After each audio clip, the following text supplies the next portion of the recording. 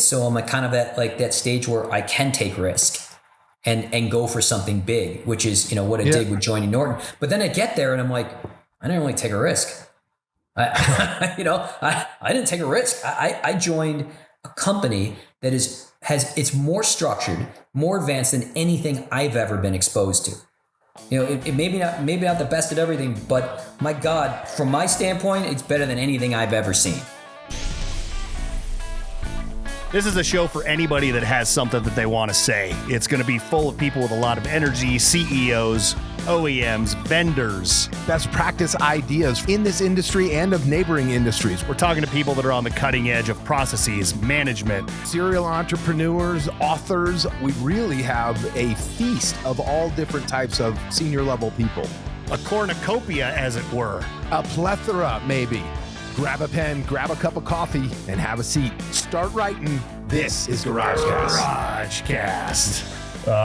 Welcome to Garage. I mean, out of the gates. I can't even say welcome to GarageCast. And he's shooting me out of a cannon, man. So I'm just going to let you go. Before we start, Steve, you were saying before we start what? Wait, Steve who? Who the hell are we talking to? Steve Radt. He's the head of sales of North America for Norton Motorcycles. But like I said, I can't even get it out. He's chomping at the bit. Let's let him go. You said before we start. Yeah, I got to tell you. So when I used to work for Ducati corporate, and we brought Sam in as a motivational speaker, and I will tell you, I worked at an OEM with zero retail experience. Never worked in a dealership. Didn't do that. But went straight to an OEM. And Sam left an indelible mark on me. And I'll never forget it. He basically said to this group of dealers, and I was sitting there just drinking it up, and basically said to the crowd, "Who makes a lot of money?" People start, screaming out, like Tom Cruise. Athletes, and then they're like, what do? They're like, well, they act, and they're athletes, and it was like, no, he's like, they entertain, and that's it. that was like a light switch for me. It's 20 years ago, and I was like, oh Christ, we're in the entertainment business, and that's what he said, and it really left an indelible mark. When I went on to start my own dealership, the parent company's name was Mototainment. And that came directly from the influence of Sam Dantzler, motorized entertainment. Nice. The choice of using, spending your discretionary dollars on motorcycles and motorcycle related product. And so, I want to give you that because that appreciate it. Yeah, that really did kind of set my mindset from that point forward, that we are in the entertainment business, and it just shapes everything that you're doing. You need to be easy to do business with. You need to be fun. It's really that simple in what we're doing.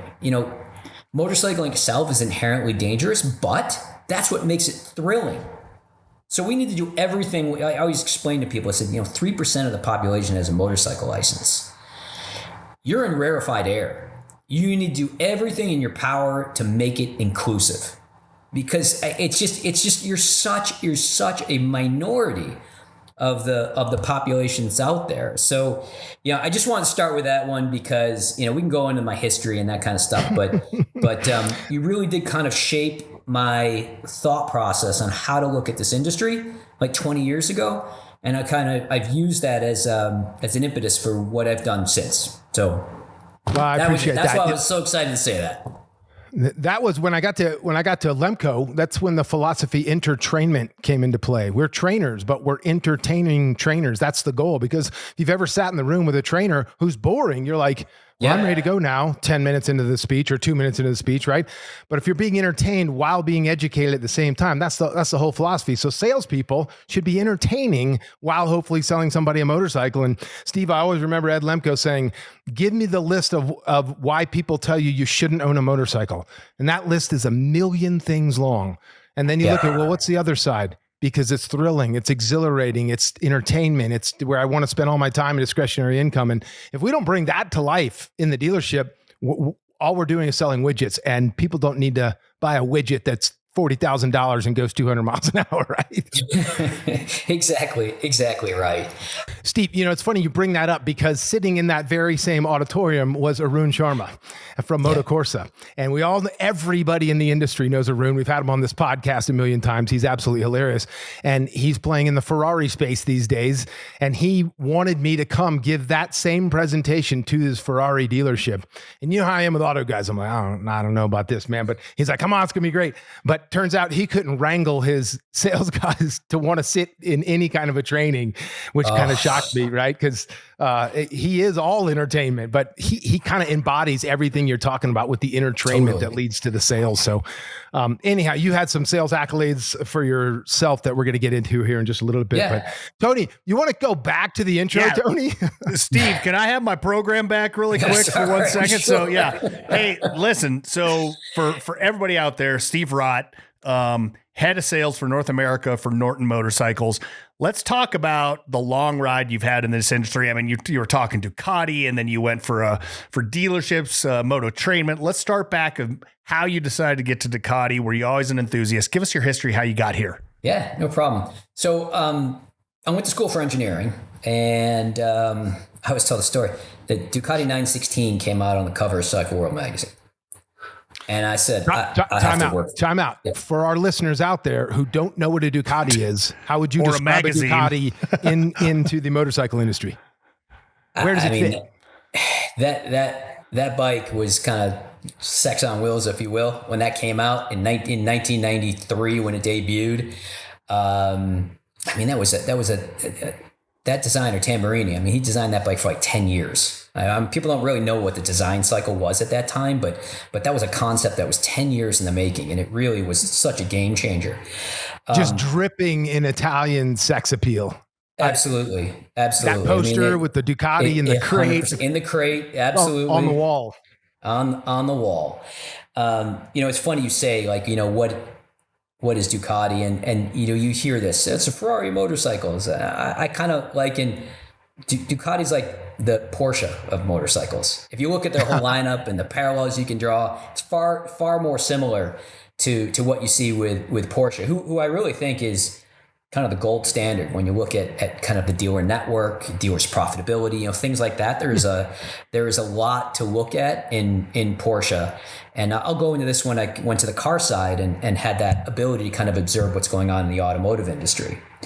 But anyway, so that bike came out and I was like, I have to work there. I went and I applied. It was when it was Cagiva North America at the time. It wasn't Ducati, it was Cagiva. And I interviewed there and I got hired and I was like, man, I'm going to be an engineer for Ducati in Italy. And I went there and let's just say it was a non-structured place in the early 90s. AKA shit show. I made it. I always tell the story. I had a degree in engineering and I used to program and do all this stuff with computers. I get to Ducati and I have a typewriter. No joke. That's awesome. I made their first flat rate manual on my computer at night in Excel. Oh my God. Just to give you an idea of like how antiquated it was. I made it a year. Then I went and I worked as an engineer, as an automotive engineer. That was a really interesting arc. But I went an engineer. My father was an engineer. My father had a double degree from MIT and a PhD in physics. So he was a hard guy to measure up to. Sweet guy, and super smart. But that was hard to measure up with, and it really wasn't my passion. I loved the motorcycles. So I started riding when I was 9. So I kept in touch with the people at Ducati, and that was when Texas Pacific Group took over the company. And I actually got hired as a consultant, and I was doing like parts obsolescence and like all this stuff, the data stuff that nobody had the ability or skill to do. So I just started doing this one. And they brought in the management at the time all came from Bain. Federico Manoli, Cristiano Sile. These guys were all like kind of big brain guys coming from Bain.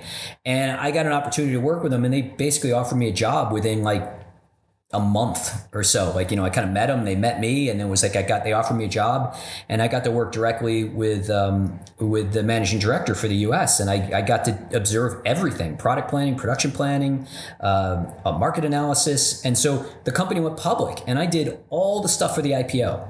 So I really got really immersed into doing all this really detailed data and giving them kind of the backbone for they could answer stuff when they were on the investor roadshows. So that was really cool. So after that, I kind of took over all the production planning and the product planning for the U.S. and kind of some sales oversight and logistics at that point. So, I really kind of became more operational for the North American outfit. So that was, we did 5 years that way. And then the company hired a CEO who thought that Northern California was the place for the headquarters to move. So they moved the company, clear across the country. There was only 2 people that stayed with the company, me and another guy in service. That was it. I had who was that guy? I had no idea. Renato Aime was his name. That was Italian a Cupertino move. Yeah, that was a Cupertino move. Okay. And that guy lasted then. I moved the company all the way across the country, made it 3 months, and then they made a change. So companies out there, I tendered my resignation because I had been living out there in 3 months, and I was like, wow, this is a bridge too far. They hired Michael Locke, who, awesome guy, super smart, super strategic, probably the best storyteller I've heard. And so they hired him. He came back and he's like, I understand you resigned. Go on vacation, come back, and we'll talk. And they let me open up an office in New Jersey. So I did that. So for 5 years, I had this office in New Jersey because I dealt a lot of times with the team in Italy, and that gap was immense, right? It was 6 hours from the East Coast. It was 9 hours from the West Coast. So it was really hard to get anything done. So I did that for 5 years, and Michael and I had a very, very good relationship. And Michael was very transparent. He said, listen, at some point, I can't have somebody that is so operationally focused this far away from headquarters. So you're going to have to move or we'll do something else. And so that time period came, and it was fine. And I gave him like 5 months notice. And I was like, okay, I'm going to leave. I'm going to do something else. I went and I did a startup that was a SPAC before anybody knew what a SPAC was, 2008. Nice. So 2008. So I want you to imagine you're trying to raise money on the street in May of 2008. It was insane. So that didn't really work out so well.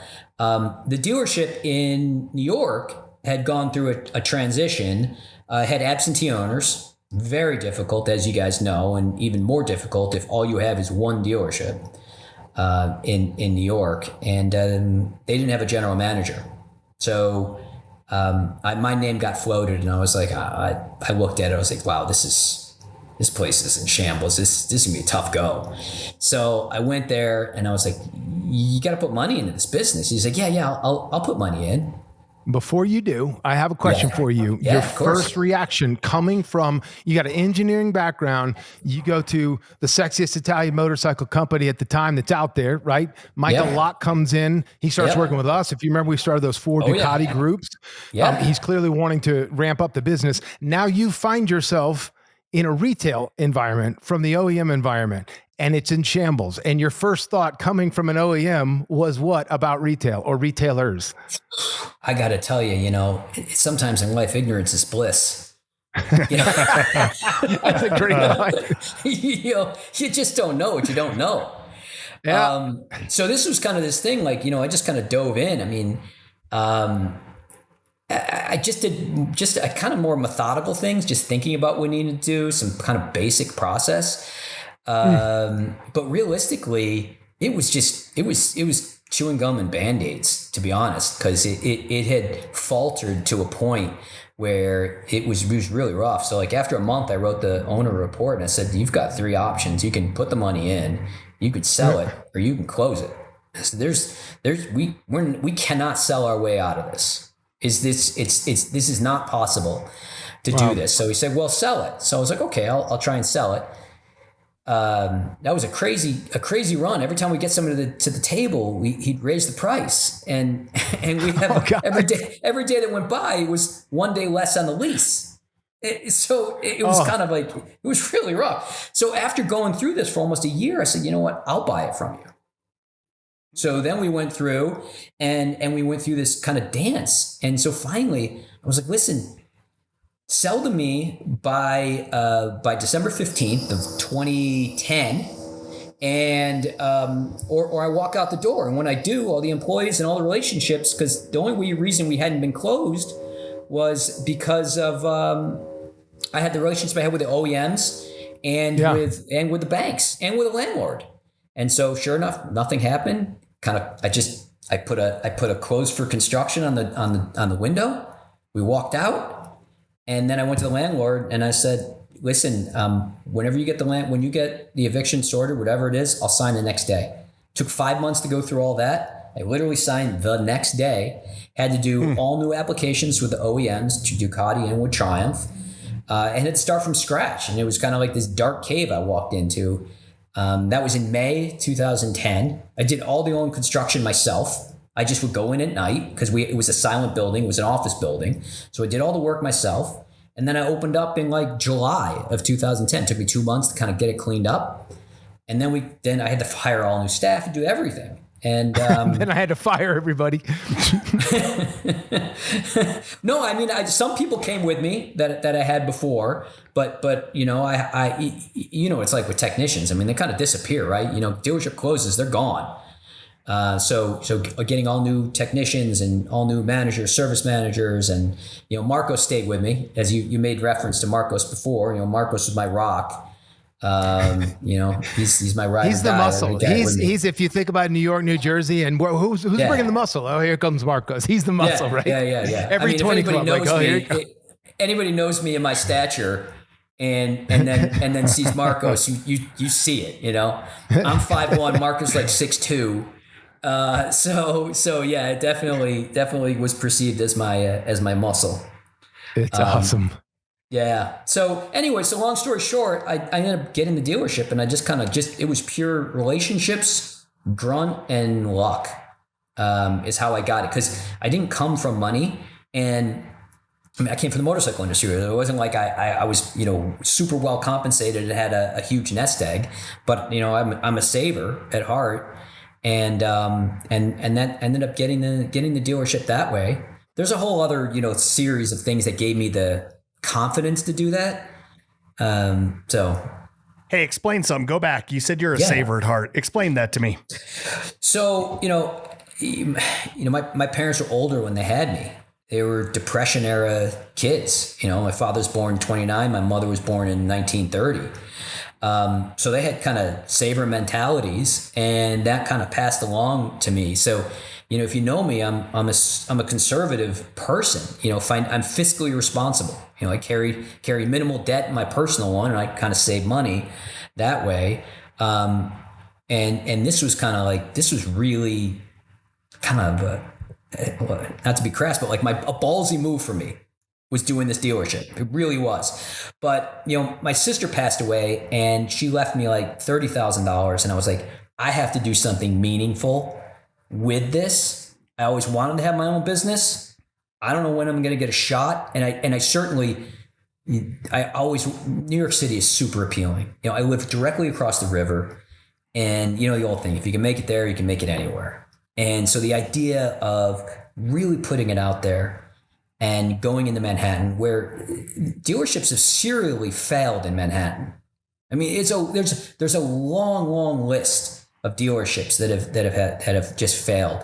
And my run there, 12 years. I mean, nobody's done that long of a run in Manhattan. Well, and one of the highest performing dealers out there over those 12 years too. Let's not forget. Yeah. I always tell people are always like, I was like number one dealer, I think 5 times out of 10 years. And I was like, that was out of desperation. I was like, you got to sell that. You got to sell that volume. Just try and keep the doors open. So didn't you pick up Triumph, the same accolades for Triumph one year towards the end there? Yeah. I was number one Triumph dealer, 1 year. I love both those brands. They were great. But really what it came down to, I'm sorry, go ahead. No, I was just thinking, for the listener out there, I want you to think Manhattan. I want you to think of the square footage that isn't available to have a dealership. So think about how many motorcycles they weren't allowed to have on the showroom floor. Yeah. Yet here they are creating such an experience and such entertainment, if I may, that you guys are the number one dealer 5 out of whatever it was, 12 years, plus another brand with Triumph when you picked them up. So just huge accolades there, Steve. Yeah. Not an easy lift. That was the hard part about being in Manhattan, was going from being transactional to being lifestyle. I think, that was kind of the part that was hard.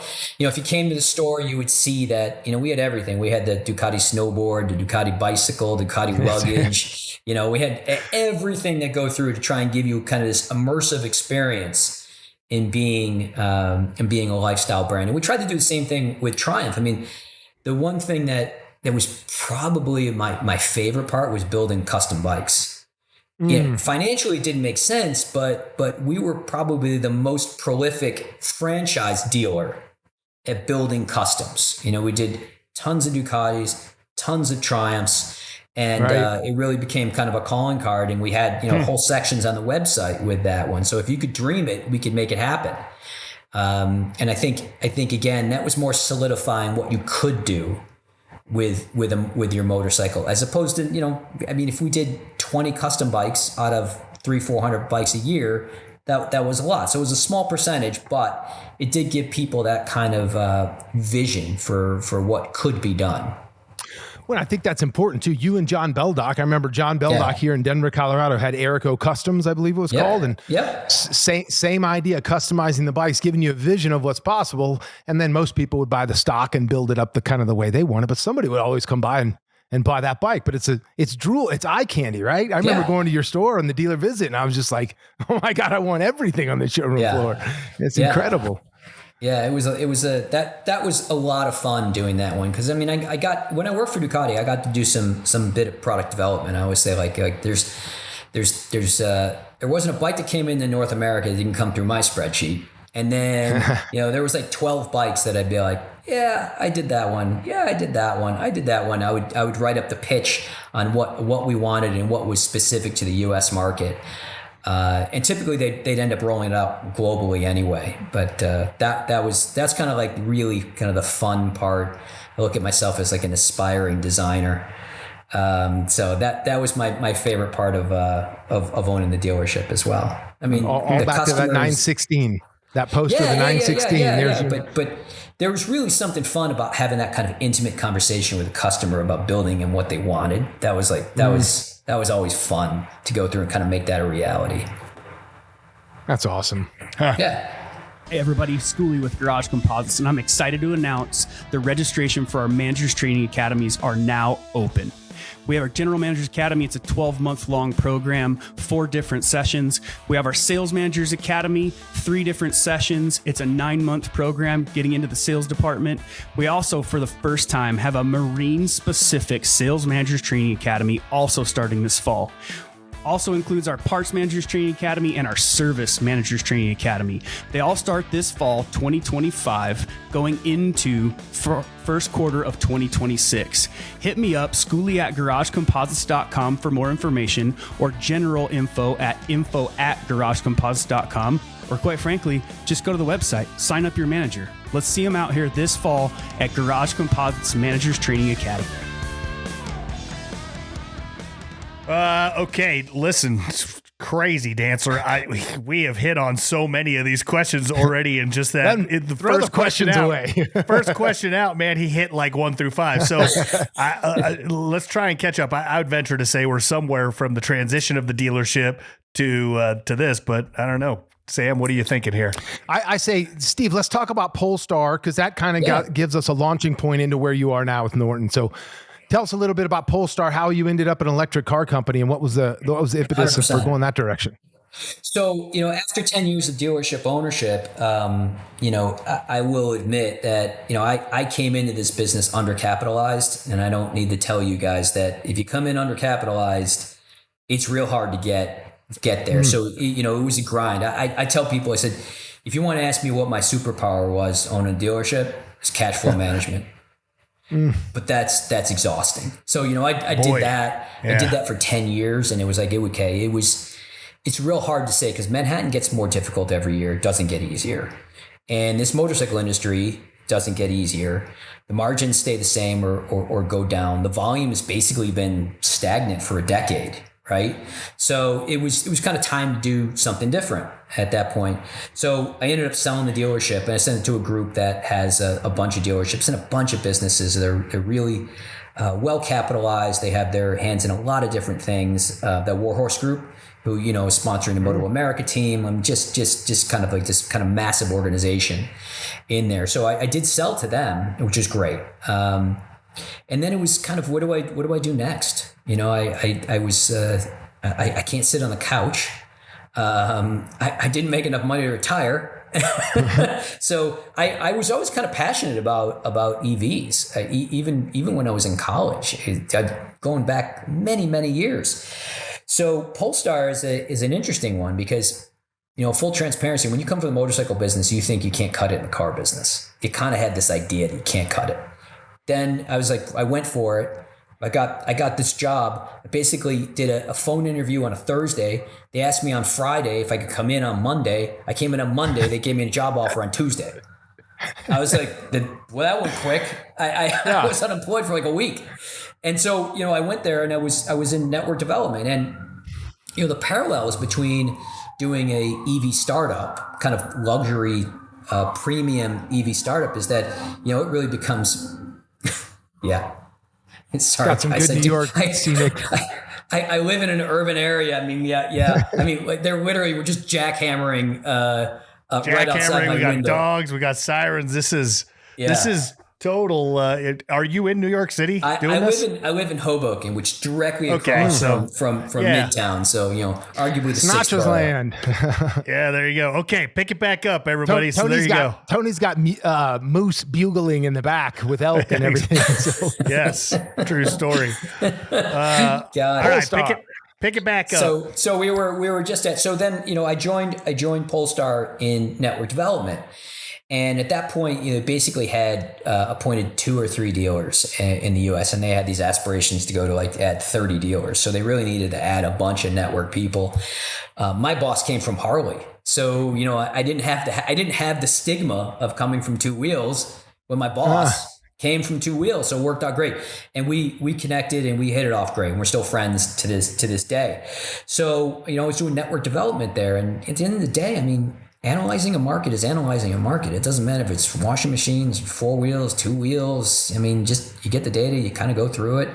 And the fact that Polestar was founded by Volvo meant that we really had a restriction in that we can only appoint Volvo dealers. So, you know, how much data research do you need to do when you know you're only going to go to a Volvo dealer to appoint? So we went through and we did 21 dealer appointments in a year, or less than a year, which, you know, that's pretty aggressive.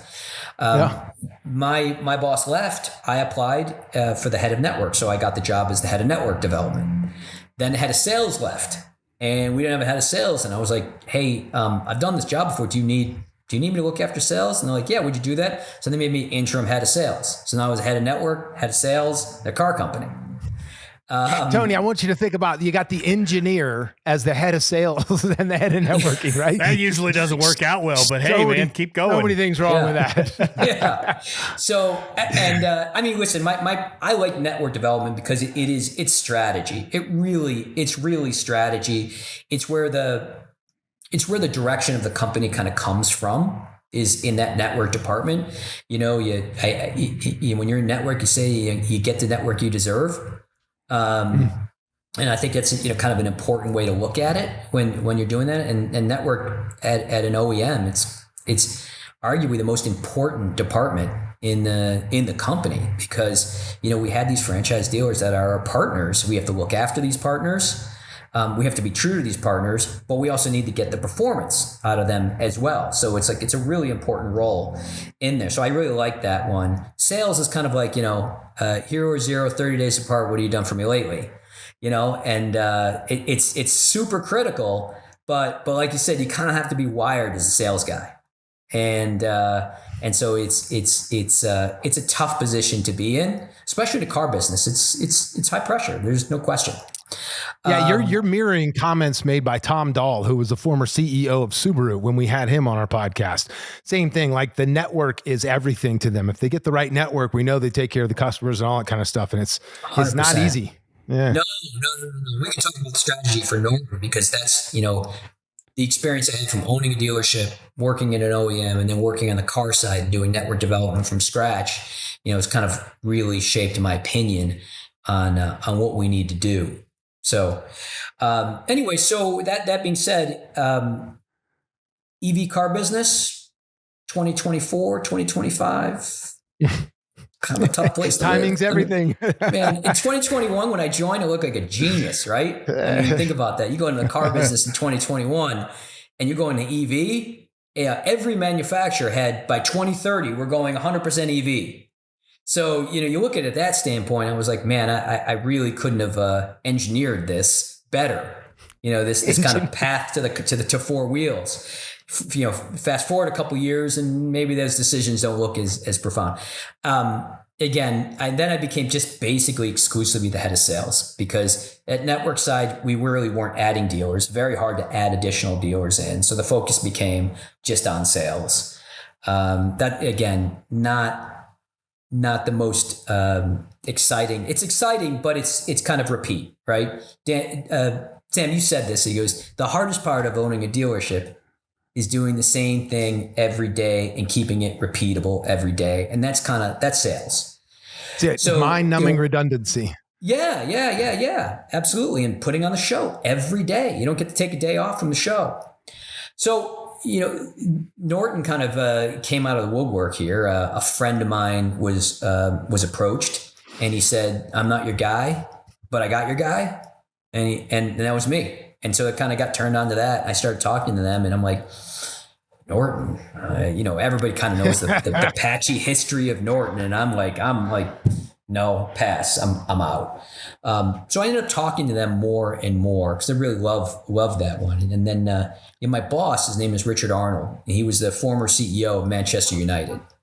So you talk to this guy and he's got great vision. And, there's not a football team across the entire globe that, if you're even mildly know how to spell soccer or football, Manchester United, right? Sure. And this guy kind of put that on the map. And so you think about somebody that can build a brand globally like that, and then he comes over to a historical brand like Norton. Yeah. I started scratching my head. I'm like, there's something here. I don't know if it's appropriate now, but we start talking about the company that took over Norton, TVS. Hold that 1 second. Yeah. Again, for our non-power sport listeners out there, Norton is an iconic motorcycle brand. Yeah. If you think of the Isle of Man TT, they've won many, many races in the Isle of Man. Most notably known for the Norton Commando 750 back in the day, a bike that I drooled over and thought one day I'd own one. And I think there are several companies that they have that history before the Japanese brands came in the 70s, right? We had BSA and Norton and Ariel and all kinds of bikes like that, right? And so here is this iconic brand that this guy who clearly knows your guy from Manchester United, he clearly knows how to make a brand and make it fly. Yeah. And so he's going to be in charge of this. Steve, I can only imagine what was going through your head. Like this is going to be amazing especially with your background. Yeah, you look at Norton. 1898. And you think about, the companies that have kind of come and gone, and we can name off companies like BSA, which has kind of come back now, probably to a lower extent than what you'll see with Norton. And arguably Norton was the biggest of all those British marquees. They were bigger than Triumph. They were bigger than BSA. They really were the kind of the juggernaut, the winningest manufacturer for the Isle of Man. They won the inaugural Isle of Man TT, just tons of wins, tons of historical racers that have just GP wins, world championships, all of that the company has had that. Now, granted, it's kind of in the past, but you look at that and it's just an incredible pedigree that if anybody's going to kind of make a comeback, it's this one. And this is where I segue into what ended up happening with the ownership change. So basically TVS, which is an Indian motorcycle 2 and 3 wheel manufacturer, purchased the company in 2020. So just a little thing on TVS, they are massive. So for the listeners that don't know this, the automotive industry last year did about 16 million cars. The Indian 2-wheel market, 19 million. Good Lord. Okay. Just kind of level setting on that. These guys are 20% market share. They did 4.5 million vehicles last year, 4.5 billion in revenue. They produce a vehicle every 9 seconds, every minute, every hour, every day, 365 days a year. I had an opportunity to go to the factory, just spotless, state of the art, and more important than just the factory itself, the R&D facilities, the testing, the quality. I mean, they have a forest on site at the factory. It's just you've never seen anything like it. And this company, it values quality over anything. They are a full TQM, total quality management company. So they brought in early, 30 years ago, they brought in the Japanese to go through and kind of indoctrinate this. And this is they take that Kaizen principle, that constant improvement is completely ingrained across the entire organization. I mean, they brought our whole Norton senior management team over there for us to be exposed and shown what they do. What was amazing, they took us, so TVS was founded in 1911. And the way it was founded was the founder started a bus route. Now, the bus routes in India in the early 1900s, they were unreliable. Unreliable. This guy, they literally used to set their watches by the TVS bus. He was all about consistency, quality of product, and giving the customer what they wanted. This is in 1911. And this is basically what this company has grown into in over 100 years. It's really incredible. Still family owned, fourth generation. Steve, how many, wow, this is unbelievable. How many motorcycles, how many power sports came out of that at a TVS last year? What was that count you just gave? 4.5 million. So for perspective, for our listening audience in North America, the total number of motorcycles all in by all brands that we track from the Motorcycle Industry Council has been playing in about 500,000 units. That's right. So that's an unbelievable number coming from one manufacturer. And you sit here and you think about a Honda Goldwing, right? The industry standard of consistency and perfection, if you will, a perfect engine for so many years. Honda had a 20% market share, 100,000 units. How many of those were actually Goldwings? Run the math on how many times that unit has been touched or remodeled or a chance to improve it. And then think about how many times has that bike, whatever bike you're talking about over in the TVS line, gone through to become perfect. You've had so many opportunities with 4 million sold last year to make that unit perfect with that mindset. I love it, dude. Yeah. I mean, it was really inspiring. So, joining Norton was it a bit of a leap of faith? Yeah, it was. I'm at an age and we don't have kids. So I'm kind of at like that stage where I can take risk and go for something big, which is, what I did with joining Norton. But then I get there and I'm like, I didn't really take a risk. I didn't take a risk. I joined a company that it's more structured, more advanced than anything I've ever been exposed to. It maybe not the best at everything, but my God, from my standpoint, it's better than anything I've ever seen. Well, hey, let's keep on this theme. We kind of figured out what they have done, and now you're basically helming North America here. So, what's the 5-year forecast with TVS, both for Norton specifically and for the entire motorcycle industry as a whole? I mean, they're cranking, but let's specifically speak to Norton. How many of those bikes do you think are going to end up in Dantzler's garage too? By the way, all of them. So I want to take a quick step back because I think it's important for people to have a bit of perspective on this. So, TVS bought this company in 2020. And so if you're from the outside looking in, what do? You go to nortonmotorcycles.com.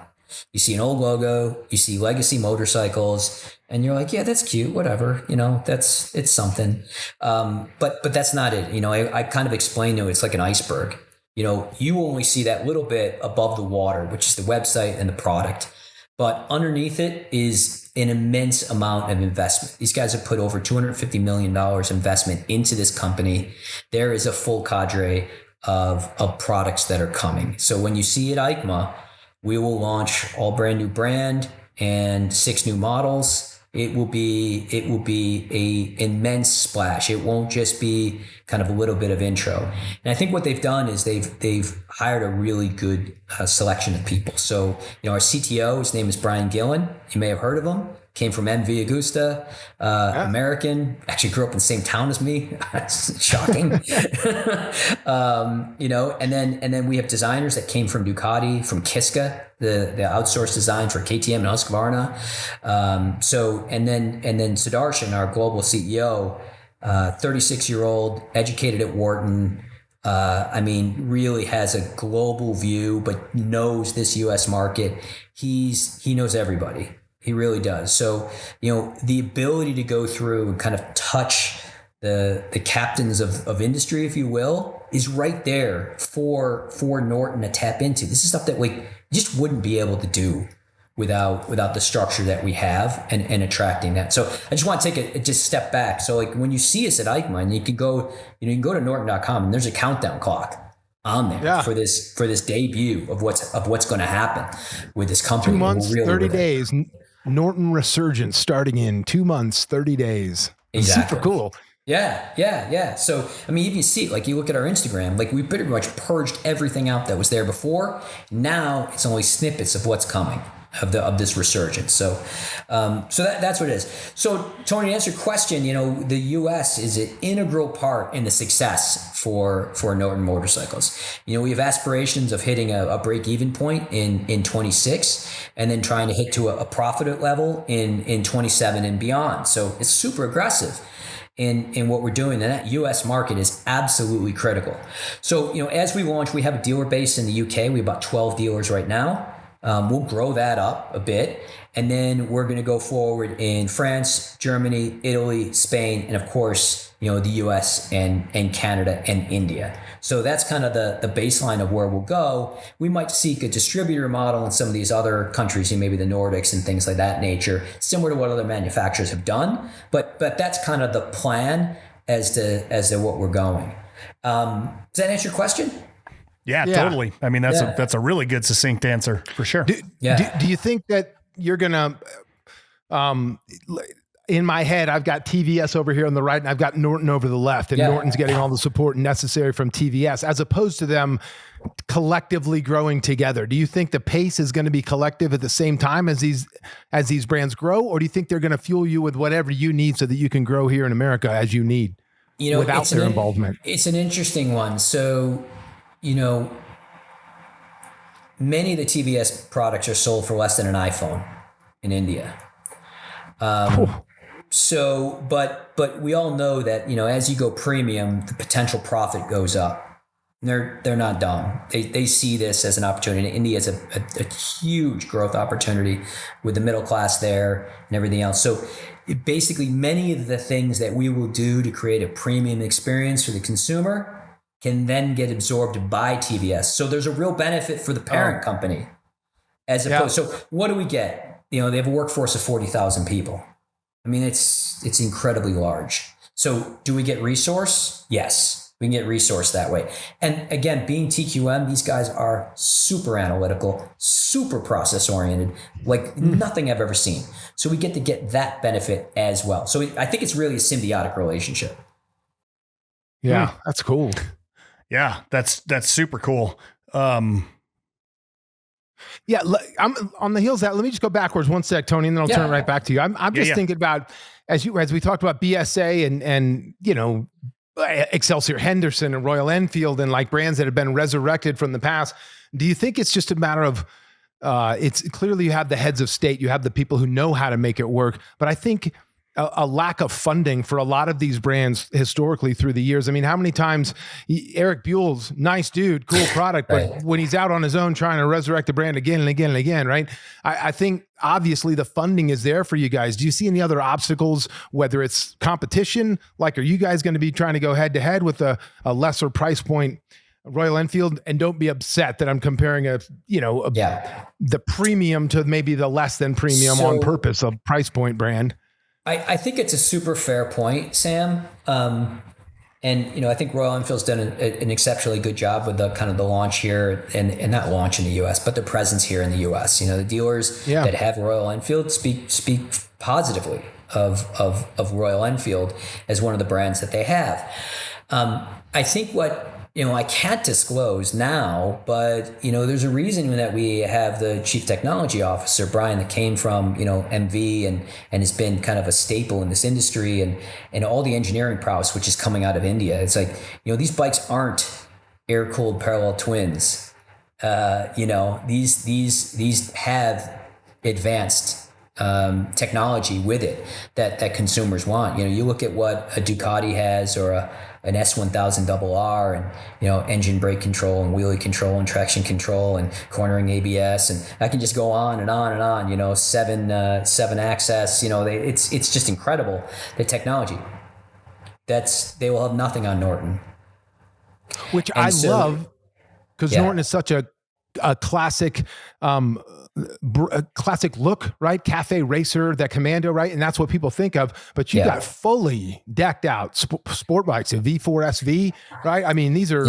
I'm on the waiting list, just so you know, for that bike. Yeah. So it's amazing to see something different than the classic, iconic motorcycle style coming from you guys. Super 100%. Cool. And I think when you see it, the design language that we're using is extremely unique. When you go through, it's, we didn't just take a Norton and, stick a V4 in it. It's the design language is going to be like nothing else that you've seen out there. And I think what's also interesting is it's really a sinuous design. You think about design in this industry, you can put all the Tesla models together and that was kind of penned together, right? Porsche does a pretty decent job that way, but there's not a lot of other motorcycle or car companies where you can see this design language that speaks across models. So, I think that we've been able to capture that as well. So you might be an aspirational person that has this V4, but also if you're just entering into the market and you're coming into one of our single cylinders, there's a design language there that gives you the ability to feel like you're connected with the high-end product too. So I think that's a unique approach, and I think that comes from kind of a maturity of design. That of course nobody sees this yet, but it's awesome. It's awesome. Hey, final question for you. So can two-wheeled motorcycles, can they ever get back to the heyday, those 2000 to 2005 numbers? Do you ever see that happening? We're caught in a power sports world of side-by-sides, UTVs, ATVs. We have been tracking numbers that show that two-wheeled motorcycles starting at the lowest CCs are making a strong comeback post-COVID. Do you ever see it returning? I saw you asked me that question in advance, and I was like, man, I got to come up with a good answer for that one. It's because it's a tough. I was told me if I could tell the future, I don't know if I'd be doing this, but it's a good question. And it's funny you said that because, I've been out of the industry for almost 5 years. So I re-entered in and I had to do the deep dive. I like to do my own analysis. So I had to do a deep dive on the market. And you're right. Like I looked at a 10-year history of the industry and I looked at it and for example, 1400cc plus motorcycles, kind of the big displacement stuff, over 200,000 in 2015, down to 80,000. But at the same time, you go and you look at that displacement between 0 and 450, and it all made it up there. You're right. So we have seen that. Now, the question is, have we just seeded the next generation of riders, which would give us now that ability to grow into the future, right? If you're buying 1400 cc's, I mean, I kind of said this for years. It's I feel like the Harley Davidson rider, he just bought his last bike, and that's pretty obvious that is what happened. So did we just seed the market? I hope that's the answer, that we have just seeded the market now for the growth. And I think one of the other things that's interesting is just that growth of the dual sport market. That dual sport market, they all are required to have a license. So they're there. They have the license. They're ready to go. And the price of these dual sports, they are usually more expensive or in line with what the entry level bikes are. I just the new DRZ SM, the 4Z SM from Suzuki, $89.99.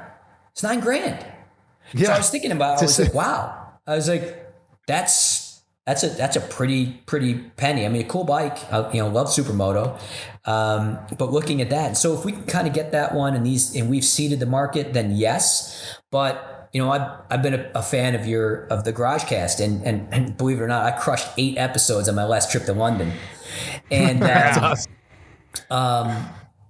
The one thing that this industry is missing is the technology, the making it easy to buy. There's probably 40% of buyers out there that are sitting on their couch and never get off the couch to buy the stuff. right? So you look at it, it's like 500,000. Could we do 40? Could we do 200,000 more if we made it easier to buy? I think so. So can we get it back? I think so, but we collectively need to embrace where technology is, and we got to put the bikes where people are. And if they're at home and we need to go through, if we need home delivery, or we need the ability to purchase fully online. I mean, that's the greatest thing that I learned from coming from Polestar, is that I honestly think we had the perfect model. We had a franchise dealer model with a mask that looked like you were buying direct from the manufacturer. You look at any of the surveys, customers feel comfortable buying directly from the manufacturer because they feel like, it's one price, there's no kind of playing around. But they like the stability of having a dealership, because dealerships understand the life cycle of the consumer. They're not concerned about just that sale. They're concerned about the holistic approach of it. So this combination of this kind of appearance of direct to consumer with a franchise dealer network, like that's kind of my utopia of getting us there. Steve, that begs a question to a former dealership owner. What happens to the brick and mortar mom and pop shops out there? So there's a place for them. I mean, you can look at any of the surveys and these customers, they need a place. Nobody's buying a vehicle if they don't know they have a place to service the vehicle. That is a reality. So is there a place for it? Yeah, I think there's a place for that. And more importantly, like there needs to be a place for community and experience. And you can't get that. Like, you cannot get that online. You can get that at the dealership. So as long as dealerships are embracing what their role is in this, they are there to give the customer a premium experience. But again, it's important that they understand that it's an experience, it's not a transaction. I was listening to one of your podcasts, and you said, like the car dealerships, they're really good at advancing the sale quickly and doing all that part, which they are. They're great. But they're not good at the experience. And that's where motorcycle dealers excel. And I think there is a place for the motorcycle dealership. I think, one of the things that I pushed really hard at Norton was getting the industry leading margin. Why do I want an industry leading margin? How does a dealer attract the best staff to give the best experience if they're working on razor thin margins? You just can't do it. So, I look at it as like, what do I want? I want leading edge on the margin side, so then therefore I can ask for the premium customer experience to allow the dealer to grow in that segment. So it's not rocket science, but that's the way I look at it. It's funny because when you were talking about you being a saver, and I'm sitting here thinking, here's a guy, Ducati, New York City flagship store, creating experiences in Manhattan as the saver, pinching pennies, watching the expense control, right? It's hard to see those two go together, but clearly you're the guy who should be doing it. Yeah. That's a great story, Steve, and I appreciate it, man. This is awesome. And super pumped to see you get to work, and super excited to see what shakes out at Norton. Hey, thanks. Tony, I just want to make a comment here that on this article, that if you look up Steve and Norton, you'll find a lot of articles about when he said yes and came over to Norton. There's a lot of praise and accolades out there for you, Steve, with a 30-year experience. But this particular guy, Akash Dolas, the article's from Living with Gravity. Holy cow. I think he's either your brother or you wrote this article. He wrote it and sent it to him. I will tell you, I just want to tell the listener, like, the article starts off with Steve Radt, the man, the myth, the motorcycle sales legend. Get ready, North America, because Steve Radt has ridden into Norton Motorcycles as their head of sales, and he is indeed the perfect fit. So on that note, perfect fit. It's awesome. Hey, for Steven Radt and Sam Dantzler, I'm Tony Gonzalez. This has been GarageCast. Have a fantastic Tuesday, everybody. Thanks, Steve. Thanks, everyone. Thanks so much. Thanks for having me.